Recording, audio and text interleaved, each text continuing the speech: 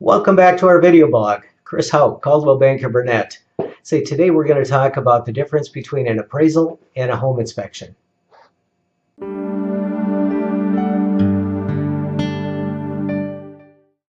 We've had a number of people calling in and wondering, really, what is the difference between a home inspection and an appraisal? What's the purpose for both, and how do they differ? So what I wanted to talk about today is the basics. And we'll start with the appraisal. The appraisal is really done for the bank.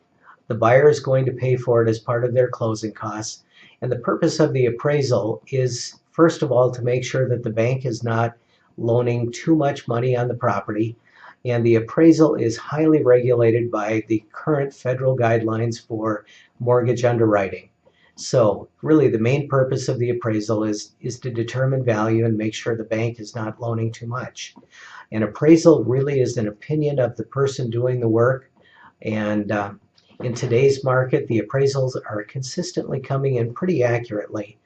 And if the buyer has done his research carefully, and we help with that, it's unusual that we have a problem with the appraisal, unless of course there is a difference in the value. The home inspection, however, has a totally different purpose. The purpose of the home inspection is to determine the condition of the property for the buyer and to make sure the buyer has a good, thorough understanding of what they're buying. And if it does need some work, what exactly needs to be done to the property. The inspection is paid for by the buyer. Typically, the inspection is done within the first 5 days after a purchase agreement has been accepted. There are a few cases where we do the inspection before the buyer writes a purchase agreement on the property.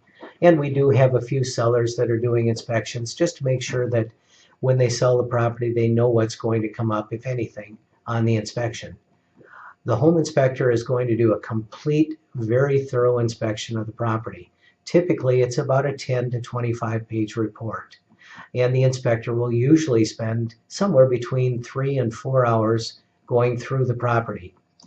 After the inspection is completed, the buyer has the choice of proceeding with the purchase of the property. If the inspection has shown a couple items that need to be improved, they can go back and see if they can negotiate the changes with the seller. Or if the buyer determines that the property simply is not what they expected or not what they want, at that point, in most cases, the buyer can cancel the purchase agreement. If you have any additional questions about home inspections or appraisals, certainly feel free to give us a call. Look forward to helping you. And again, we've got the best market since before the recession. Thank you very much. Have a wonderful day.